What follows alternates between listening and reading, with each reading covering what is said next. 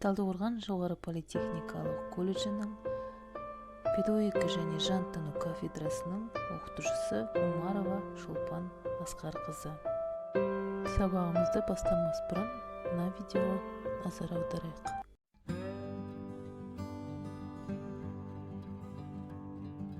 Мақсат деген керемет құрал. Өміріңді мәнді сәнді сүруге және өзіңнің өзгелердің өміріне деген құштарлығын арттыруға, өмірде өз орныңды табуға көмектеседі. Мақсат деген сөздің тұжырымдамасы керемет 6 қасиеттен тұрады. М әріпі ол мұқтаждық. Мұқтаждық кез келген нәрсеге болуы мүмкін. Ол білімге деген мұқтаждық, қадір қасиетке деген мұқтаждық, ақшаға деген мұқтаждық және тағы басқа. Мұқтаждық ол бірінші керемет қасиет.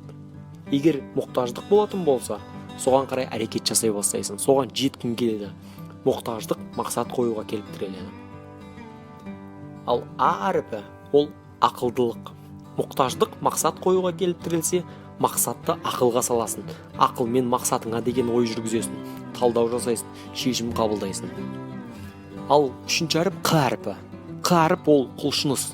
Мақсатыңа деген құлшыныс, сені алға тартатын, таңертең тәтті ұйқыңнан оятатын, түн ортасында ұйқыңнан қалдыратын, басқа нәрселерден шаршаған кезде мақсатыңа қарап шаршауыңды басатын қасиет.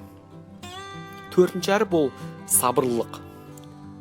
Күтім жасай алу, қойған мақсатыңа төзімділік жасай алу, бел ортасында келген кезде бәрін тастап кетпестен соңына дейін қиыншылыққа қарсы күресіп, соңына дейін жеткізу. Ал бесінші әріп А әріпі ол алғырлық.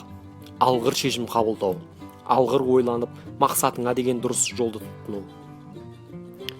Және осы 6 қасиеттің ішіндегі ең керемет қасиет ол Т әріпіндегі тәуекелшілік. Мақсатыңа деген жолда тәуекел жасай алу, нағыз ерлік жасау, бастаған ісіңді орта жолда қалдырмай, соңына жеткізу. Осы 6 қасиет сені кез келген жетістікке жеткізеді. Мақсатты қалай қою керек? Мақсат ол әр адамның өзінің ішкі жан дүниесінен шығатын дүние. Адамдар өзінің мақсаты мен өзгелердің мақсаттарын шатастырып алады. Өзгелердің мақсатын естіп, сол мақсатты өзіне бұрбалап алғысы келеді. Бірақ ол өзінің ішкі жан дүниесі қаламаса ол нәрсені, ол мақсатқа жету қиын болады. Жеке мақсат ол адамның тек сол адамның ішкі жан дүниесінен ғана шығатын дүние. Ал ортақ мақсат 2 немесе одан да көп адамдардың арасында болатын дүние. Мақсат қойған кезде адам биік мақсат қою керек. Егер мақсатың биік болса, ол өзі алға қарай тартады. Кейде шаршайсың, бәрін тоқтатып тастағың келеді. Бірақ алдыңда биік мақсатың күтіп тұрса, кеудеңде жүрегің ұрып тұрса, өзіңді тоқтата алмай қаласың. Армандарың орындалады, егер мақсатың айқын болса. Ал құрметті білім алушылар, бүгінгі курстық жұмысты қорғау барысында осы видеода айтылғандай алдыға қойған мақсаттарыңа жетулеріңе тілектеспін. Бүгінгі курстық жұмысымыздың қорғау күні болып тұр, жоспар бойынша. Сол бойынша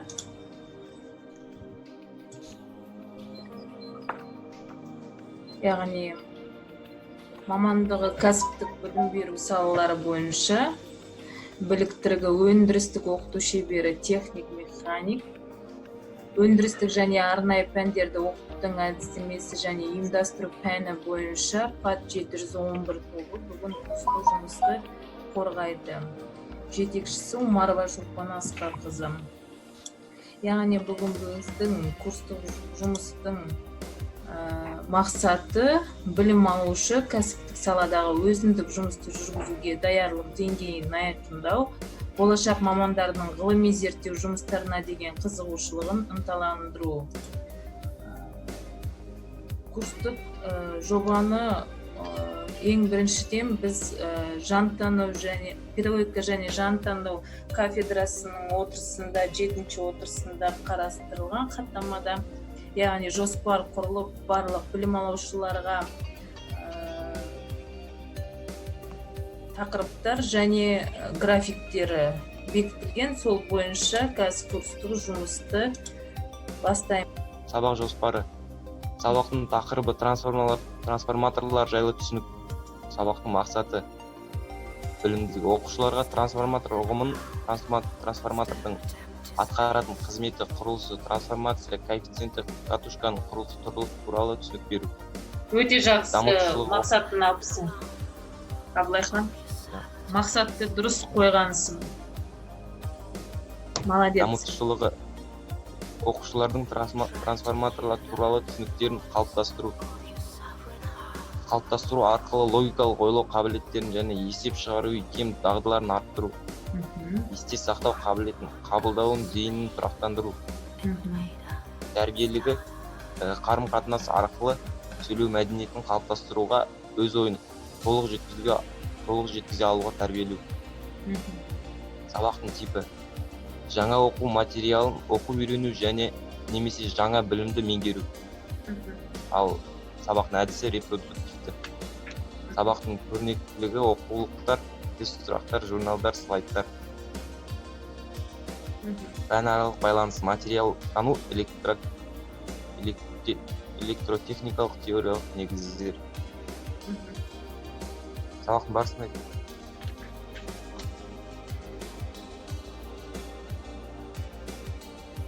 Сабақтың барысы: